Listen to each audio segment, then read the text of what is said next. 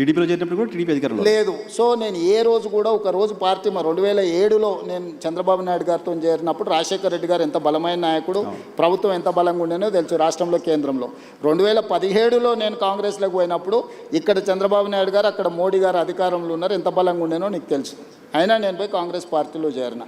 So నేను నా మనసుకు నచ్చినట్టుగానే చేస్తా. నేను అవకాశాల కోసం అవకాశవాదిగా నేను వ్యవహరించను. నేను పార్టీ మారిన ప్రజలు నన్ను ఎందుకు ఆమోదించను, కాంగ్రెస్ పార్టీ కార్యకర్తలు నన్ను ఎందుకు హక్కున చేర్చుకున్నారంటే నేను నిబద్ధతతోని చేరిన అనేది వాళ్ళు విశ్వసించారు. కాబట్టి ఎగ్జాక్ట్గా 3 ఏళ్లలో నేను పార్టీ ప్రెసిడెంట్ అయినా, 5 ఏళ్లలో ముఖ్యమంత్రిని అయినా, 2.5 సంవత్సరాలు ముఖ్యమంత్రిగా చిన్న వివాదం లేకుండా, చిన్న సమస్య లేకుండా ప్రభుత్వాన్ని నడపగలిగిన. సో ఇక్కడ నేను కన్విక్షన్తో చేస్తాను. నేను చేసేటివన్నీ 100% కరెక్ట్ అని నేను చెప్పను. 10 పనులు చేస్తే 3-4 తప్పులు జరుగుతాయి, సరిదిద్దుకొని ముందుకు వెళ్తా. అన్నీ మనం చేసేటప్పుడు మంచి జరగాలనే చేస్తాము. మీరు కూడా ఒక 10 ప్రశ్నలు అడిగినారు. దీంట్లో ఒక 3-4 బ్రహ్మాండంగా ఉంటాయి, ఒక 2-3 యావరేజ్గా ఉంటాయి, ఒక 2-3 కొంతమందికి నచ్చకపోవచ్చు, అవసరమా ఇది అని అనుకోవచ్చు. కాకపోతే ఏం చేయకుంటుంటే ఏ తప్పు జరగదు. 10 పనులు చేస్తే 2 తప్పులు జరుగుతాయి, అవి సవరించుకొని ముందుకెళ్ళాలి. మీ పార్టీ కార్యకర్తల నుంచి చాలామంది చెప్తున్నమాట, మా ముఖ్యమంత్రి హైదరాబాద్లో ఉంటున్నారు, ఎవరిని కలుస్తున్నారు, ఓకే, కానీ జిల్లాల్లోకి ఎప్పుడు వస్తారు, జనాల్లోకి ఎప్పుడు వస్తారు, కార్యకర్తలకు వెళ్ళి వస్తారు, ఎప్పుడు వస్తారు, పాదయాత్ర టైంలో కలిసిన వాళ్ళు కావచ్చు, చాలామంది గ్రాస్ రూట్లో ఏం జరుగుతుందో ముఖ్యమంత్రి తెలుసుకోవాలి, మీరు ఏమన్నా ఇంటర్వ్యూలో ఆ మాట చెప్పండి అని చెప్పారు. డెఫినెట్గా నేను రెగ్యులర్గా నువ్వు చూడు, ఎవ్రీ 15-20 డేస్కు జిల్లాల ప్రోగ్రాంలు పెట్టుకొని వెళ్తున్నాను. కాకపోతే ఇక్కడ అధికారులు కానీ, నాయకులు కానీ, పరిపాలన కానీ అస్తవ్యస్తంగా ఉంది. దీన్ని అత్యంత సమయము ఇక్కడ కేటాయించి దీన్ని పట్టాలు ఎక్కించకుండా మళ్ళీ గ్రామాలకు వెళ్ళినా. ఒకప్పుడు నేను సమస్యల్ని లేవనెత్తడానికి గ్రామాలకు వెళ్ళినా, ఇప్పుడు సమస్యలను పరిష్కరించడానికి వెళ్ళాలి. పరిష్కరించాలా అంటే నాకు నిధులు ఉండాలి. నేను గ్రామానికి వెళ్తే రోడ్డు లేదు, స్కూల్ లేదు, లేకపోతే తాగునీరు లేదు అడిగితే నేను నిధులు అక్కడికక్కడ ఇవ్వాలి. లేకపోతే ఆ జిల్లాలో పెండింగ్ ప్రాజెక్టులను పూర్తి చేయాలి. ఇప్పుడు ఆదిలాబాద్ పోయినా తుమ్మిడేటి ప్రాజెక్ట్ ఉంది, దాన్ని కట్టాలన్నా, దాని అనుమతులు తీసుకురావాలన్నా నేను చాలా శ్రమ చేయాల్సి ఉంటుంది. ఇట్లనే నా సొంత జిల్లాల పాలమూరులో అది కల్వకుర్తి కావచ్చు, భీమా కావచ్చు, నెట్టంపాడు కావచ్చు, కోయిల్సాగర్ కావచ్చు, పాలమూరు రంగారెడ్డి కావచ్చు, అన్ని ప్రాజెక్టులు 60-70 ఏళ్ళ నుంచి ఇంకా ఏదో అసంపూర్తితోనే ఉన్నాయి. వీటిని చేయాలంటే ఇప్పుడు నాకు భూసేకరణ కోసమే నిన్నమని ఎన్ని కావాలంటే ఒక 1500 కోట్లు కావాలన్నా, 1500 కోట్లు ఒక మహబూబ్నగర్లో సాగునీటి ప్రాజెక్టులో భూసేకరణకే కావాలంటే నేను నిధుల సమీకరణ మీద నేను సమయం కేటాయిస్తున్నా. ఇప్పుడు నేను కలవడానికంటే కూడా కలిసినప్పుడు నా దృష్టికి తెచ్చిన సమస్యల్ని పరిష్కరించడం అత్యంత కీలకము. ప్రజలు అది కోరుకుంటున్నారు నా నుంచి. కార్యకర్తలు ఏంటంటే నాతో ఉన్న ఇంటిమసో లేకపోతే నాతో ఉన్న పరిచయమో ఒకసారి కలవాలని. అందుకే నేను మ్యాక్సిమం నా ఇంటికాడ ఎవరు వచ్చినా నేను కలుస్తాను. నా దగ్గర ఏం పెద్ద బ్యారికేడ్స్ ఉండవు, ఇవన్నీ ఏం వ్యవస్థ ఉండదు. నేను ఏ ఇంట్లో ఉన్నానో అదే ఇంట్లో ఉన్నా, జడ్పీటీసీ ఉన్నప్పుడు ఏ ఇంట్లో ఉన్నానో, ముఖ్యమంత్రిగా అదే ఇంట్లో ఉంటున్నా. అదే విధంగా వచ్చిన వాళ్ళల్లో టీ తాగుతారు, నాతో 5 నిమిషాలు మాట్లాడతారు, పోతారు. సరే వాళ్ళు అడిగిన వాళ్ళు ఇప్పుడు నా దగ్గర పదవి ఇచ్చే అవకాశం ఉంది కాబట్టి పదవులు అడిగితే నేను ఇవ్వలేకపోవచ్చు. ఎందుకంటే ఉన్నాయి లిమిటెడ్, పోటీ ఎక్కువ ఉంటుంది. కాంగ్రెస్ అంటే మరీ ఎక్కువ ఉంటుంది.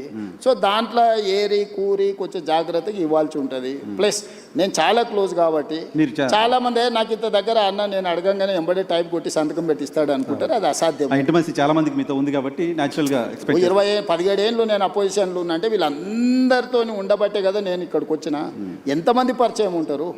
సో వాళ్ళందరినీ సంతోషపెట్టాలంటే అది చాలా కష్టంతో కూడుకున్న పని. అయినా నా ప్రయత్నం నేను చేస్తున్నాను. ఇప్పటివరకు ఇచ్చిన కార్పొరేషన్లు కానీ, చైర్మన్లు కానీ, ఎమ్మెల్సీలు కానీ, రాజ్యసభలు కానీ నువ్వు తీసుకో. ఇచ్చిన వాళ్ళకు కూడా తెలియదు వాళ్ళకి వచ్చినట్టు. ఓకే, కొంతమంది మన కార్పొరేషన్లు ఇస్తే ఆర్టీసీ బస్ ఎక్కువ వచ్చారు, నాకు చైర్మన్ ఇచ్చిండంట అన్న అని వాళ్ళకు కూడా తెలియదు. ఇప్పుడు బల్మూరు వెంకట్కి ఇచ్చినాం, అద్దంకి దయాకర్కి ఇచ్చినాం, అంటే ఎమ్మెల్సీలు కానీ ఇవన్నీ కానీ. కాంగ్రెస్లో ఎప్పుడైనా యూత్ కాంగ్రెస్ అనిల్ యాదవ్కు రాజ్యసభ ఇచ్చినాం. ఎప్పుడన్నా ఏ పార్టీలో జరిగిందా? మంత్రులు శ్రీహరి మా జిల్లా పార్టీ ప్రెసిడెంట్, అడ్లూరు లక్ష్మణ్ మా జిల్లా పార్టీ ప్రెసిడెంట్, వీళ్ళందరూ ఇవాళ మంత్రులు అయినరు కదా. ఇట్లాంటి వాళ్ళని కింది నుంచి వచ్చిన వాళ్ళను, జిల్లా ప్రెసిడెంట్లను, లేకపోతే చిన్న పదవులు ఉన్న వాళ్ళను శంకర్ నాయక్ జిల్లా ప్రెసిడెంట్ ఇస్తే ఎమ్మెల్సీ చేసినాం. ఇట్లా నువ్వు వెడ్మ బొజ్జు ఇందిరమ్మ ఇంట్లో ఉంటాను నేను, ఏదో గుడి నాగోబ జాతరకు పోతే చిన్న కార్యకర్త అక్కడ ఉన్న వాళ్ళని గుడికాడ వాళ్ళ వీళ్ళని జరుపుతుంటే కొంచెం యాక్టివ్గా అనిపించినారు. ఆ పిల్లోని ఇక్కడ పిల్లు ఫోన్ నెంబర్ రాసుకొని మా పిఏ చెప్పి వాని పేరు రాసుకొని వాని టికెట్ ఇస్తే వాడు ఈరోజు ఎమ్మెల్యే అయ్యిండు. మందుల సామెలు నీకు కూడా బాగా తెలుసు. టికెట్ ఇవ్వాలనుకున్నప్పుడు పిలిచిన, అంటే ఆయన అడిగిండు వచ్చి, ఎన్ని ఉన్నాయన్న? 2 ఉన్నాయి సార్ అన్నాడు. సరే పో అని చెప్పిన. ఇవ్వాలనుకున్నప్పుడు పిలిచిన, ఏదో ఉన్నాయన్నావు కదా 2 అంటే 2 కోట్ల అన్న. కాదు సార్ 2 లక్షలు అన్నాడు. మరి ఉన్నాయా 2 లక్షలు అన్న? లేదు సార్ నిన్న మన హైదరాబాద్కు నాయకుల దగ్గర తిరగడానికి 1,50,000 ఖర్చు అయిపోయినాయి, 50,000 ఉన్నాయి సార్ అన్నాడు. పోనీ 50,000 అన్న మరి నామినేషన్కి దీనికి ఉంటాయంటే అవి కూడా ఎక్కడికి సార్, నువ్వు టికెట్ ఇస్తే బట్టలు కొనుక్కోవాలన్నాడు. అంటే ₹1 లేకుంటే టికెట్ ఇచ్చినాయి. వాళ్ళందరూ ఎమ్మెల్యేలు అయినా 50,000 మెజార్టీతో గెలిచిండు మందుల సామెలు. అవును సో ఇట్లా చాలా మంది ఉన్నారు సక్సెస్ స్టోరీ ఉన్నోళ్ళు. సార్ ఉన్నారు, బట్ ఇప్పుడు ఆస్పిరేషన్స్ ఉన్నాయి, మిమ్మల్ని రావాలి, మీరు జిల్లాలో తిరగాలి అని కోరుకుంటున్న వాళ్ళు చాలా మంది ఉన్నారు. సరే డెఫినెట్గా ఇస్తాము. డెఫినెట్గా నేను చెప్పేది ఏంటంటే ఒక్కోసారి ఒకరికి అదృష్టం వరిస్తుంది, ఒకరికి కష్టం వరిస్తుంది, ఒకరికి ఆలస్యం అవుతుంది. కానీ నా దగ్గర ఏ కుర్చీ ఖాళీగా పెట్టాను. వీలైనంత మేరకు చాకలి ఐలమ్మని ఎవరైనా గుర్తుపెట్టుకుర్రా? శ్రీకాంతాచారి తల్లిని ఎవరైనా గుర్తుపెట్టుకుర్రా? గుడ్ దట్ మహిళా కమిషన్ మెంబర్ ఇచ్చారు. Thank you. కోదండరామ్ సార్ని ఎవరైనా గుర్తుపెట్టుకుర్రా? ప్రొఫెసర్ తిరుమలరావు గారిని ఎవరైనా గుర్తుపెట్టుకున్నా? అక్నూరు మురళిని ఎవరైనా గుర్తుపెట్టుకున్నా? నేను ఇట్లా ఒక 50 పేర్లు చెప్తాను. తెలంగాణ ఉద్యమంలో పార్టిసిపేట్ చేసిన వాళ్ళందరినీ పిలిచి పదవిచ్చి ప్రభుత్వంలో భాగస్వాములను చేసిన. ఓకే. సో 9 మంది కళాకారులను గుర్తించి కోటి రూపాయలు ఇచ్చి వాళ్ళకు పట్టాలు ఇచ్చి రాష్ట్ర అవతరణ దినోత్సవం గుర్తించిన. అందశ్రీ రాసిన పాట తెలంగాణ ఉద్యమాన్ని ఎక్కడికి తీసుకెళ్ళింది? 10 ఏళ్ళ ముఖ్యమంత్రి ఎన్నడన్నా చూడనని చూసిండా? జయ జయ హే తెలంగాణ గీతాన్ని రాష్ట్ర గీతంగా మార్చింది నేను కదా? తెలంగాణ తల్లిని అంకితం చేసింది నేను కదా? కులగణన చేసింది నేను కదా? మాదిగ వర్గీకరణ చేసింది నేను కదా? ఇవన్నీ ఎవరు చేసిరు? ఇవన్నీ నేనే కదా చేసింది. ఇవన్నీ కూడా సుదీర్ఘకాలంగా దశాబ్దాల నుంచి పెండింగ్ ఉన్న సమస్యల్ని కూడా ఒకటొకటి పరిష్కరించుకుంటూ వస్తున్నా నేను. మూసి ప్రక్షాళన కూడా అందరు ముఖ్యమంత్రులు మాట్లాడినరు. కానీ నిక్కచ్చిగా నిలబడి ఏమైనా సరే చేస్తా అన్న వాళ్ళు ఒక్కరిని చూపించు. నేను ఈరోజు చెప్తున్నా, మూసి చేస్తా, ఎవ్వరు అడ్డం వచ్చినా చేస్తా. మూసి నదిని ప్రక్షాళన చేసి నగరానికి అందిస్తా. ప్రపంచంలోనే అద్భుతమైన నగరం హైదరాబాదును తీర్చిదిద్దేత నాది. చెరువులలో ఎవ్వరున్నా మొత్తం కూల్చి చెరువులనే కలుపుతా. నాలాలలో ఎంక్రోచ్మెంట్ ఉన్నా కొట్టేస్తా. వార్నింగ్ ఇస్తున్నారు ఖచ్చితంగా. ఎవరున్నా మీరే మర్యాద కాల్ చేస్తే సామాన్లు తీసుకుపోతారు. మీ వెనకాల ఎవడున్నా ఎవడు ఏసో మీడియాలో పెట్టినా ఏం ఊరుకోను. ఒకరోజు వెనక ఒకరోజు ముందు కూలడం ఖాయం. కాబట్టి నీళ్ళ దగ్గరికి పోకండి. నీళ్ళ దగ్గరికి పోయినానంటే కూలడం ఖాయం. నేను ఇంకా స్పష్టంగా నీ ముందర చెప్పెళ్తున్నాను. రూత్లెస్గా వ్యవహరిస్తా. డ్రగ్స్ ఎవడైనా డ్రగ్స్ రిలేటెడ్ ఎవడైనా ఉన్నాడంటే కీలు ఏలు ఇరిసి కూసబెడతా. రైట్ సార్, మీ టీం నాకు చాలా కోపంగా చూస్తున్నారు. మీ టైం ఎక్కువ తీసుకున్నాను, క్లోజ్ చేస్తా. చివరిగా మీ నెక్స్ట్ గోల్కి వెళ్ళే లోపు రేవంత్ రెడ్డి ఆయన మార్చుకోవాలంటే రేవంత్ రెడ్డికి నచ్చంది ఏంటి? ఇది మార్చుకుంటే ఇంకా నేను అంటే అవసరానికి మించిన సమయం ఇస్తుంటా. నేను 2 నిమిషాలు మాట్లాడాల్సిన వాళ్ళతో 2 నిమిషాలు మాట్లాడాల్సిన 20 నిమిషాలు ఇస్తుంటా. క్వాలిటీ టైం స్పెండ్ చేయాలని ఈ మధ్యలోనే పెట్టుకున్నా. నేను అవసరానికి మించిన టైం నాకు ఇచ్చారని చెప్తున్నారు. ఓవరాల్గా నాకున్న లక్షణంలో నేను మార్చుకోవాలనుకుంటున్నది అవసరానికి మించిన సమయం ఇస్తున్నా. దాన్ని తగ్గించుకుంటే ఇంకెక్కువ మందికి ఇవ్వచ్చని నేను అనుకున్నా.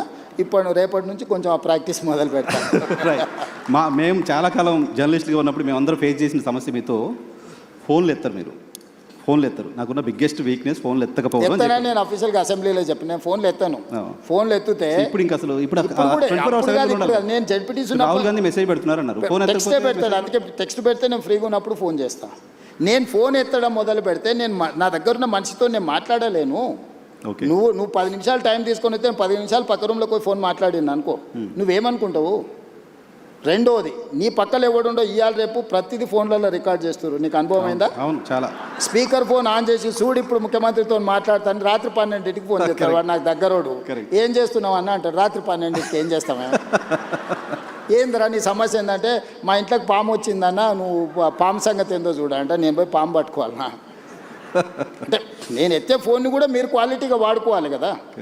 నిజంగా ఓ ఆపత్తు ఉంది, ఓ కష్టం ఉంది, లేకపోతే ఓ సంతోషం ఉంది అన్న, మా ఇంటికి ఫంక్షన్ ఉంది మీరు రావాలి, లేదు నాకు ఈ ప్రాబ్లం ఉంది పలానా వాళ్ళకి చెప్పంటే పర్వాలేదు.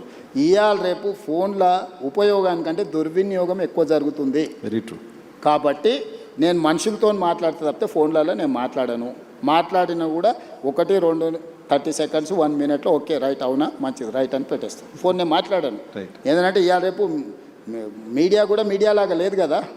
ప్రతి పార్టీ ఒక ఛానల్ ఆల్మోస్ట్ వాళ్ళ కార్యకర్తలే కదా లోపలికి వచ్చి.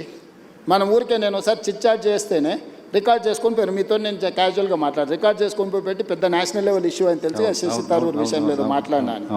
మరి అనెథికల్గా బిహేవ్ చేస్తున్నప్పుడు నేను మాత్రం ఏం చేయగలుగుతాను? అసలు జర్నలిస్ట్ ఫోన్లే అన్నట్ల జనరల్గా మీరు జనరల్గా కూడా ఫోన్ నేను ఎత్తాను. బస్ ఫోన్ ఎత్తడం అనేది సర్పంచే ఎత్తలేకపోతుండు.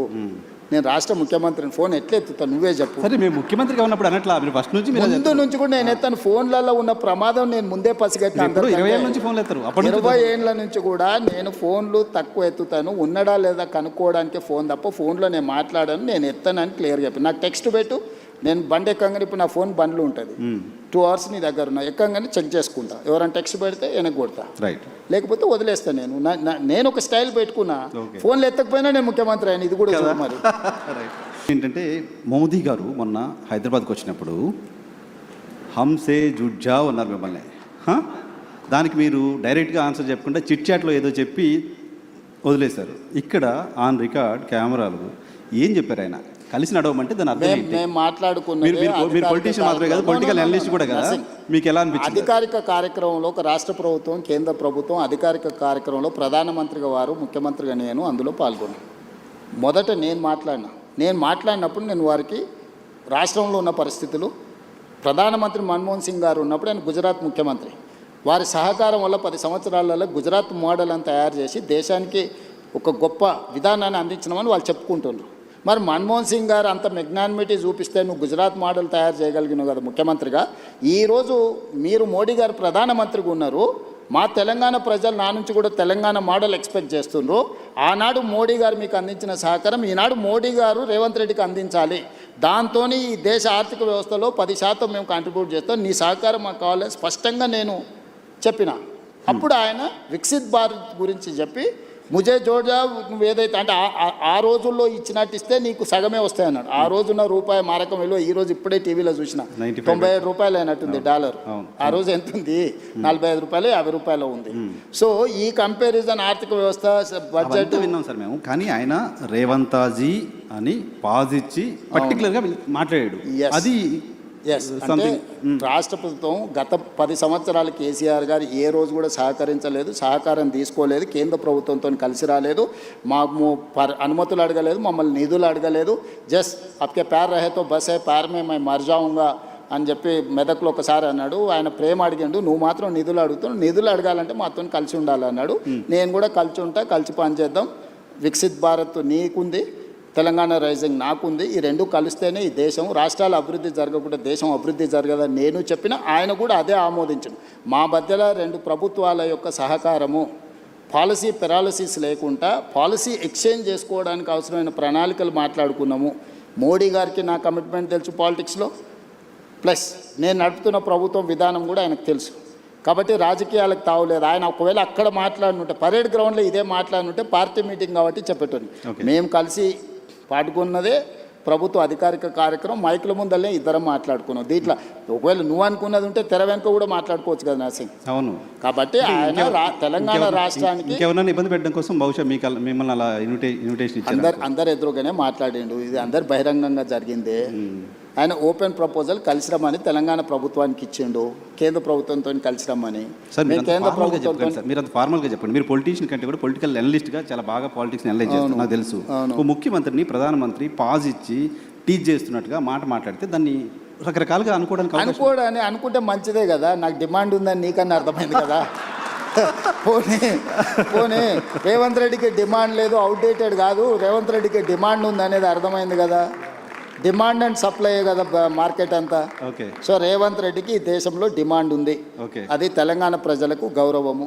నేను తెలంగాణ ప్రజల కోసమే పనిచేస్తా, నాయకుడు రాహుల్ గాంధీ గారి సూచనల మేరకే పనిచేస్తా. నాకు గొప్ప అవకాశం అనుకుంటున్నా సోనియా గాంధీ గారితో కలిసి పనిచేయడం. సోనియా గాంధీ గారు లేకపోతే ఇంకా 1000 సంవత్సరాలైనా తెలంగాణ రాష్ట్రం అనేది నిజం కళ కాకపోయిండే. సోనియా గాంధీ గారు తెలంగాణ ఇచ్చిండ్రు కాబట్టి ఆ కృతజ్ఞతతోనైనా ఈ తెలంగాణ సమాజం తరఫున సోనియా గాంధీ గారితో కలిసి పనిచేయాలనేది నా భావన. నేను 2017లో కాంగ్రెస్లో చేరినప్పుడు రాష్ట్రంలో అధికారంలో లేదు, కేంద్రంలో అధికారంలో లేదు, కనుచూపు మేరలో వస్తుందన్న ఆశ కూడా లేదు ఆ రోజు.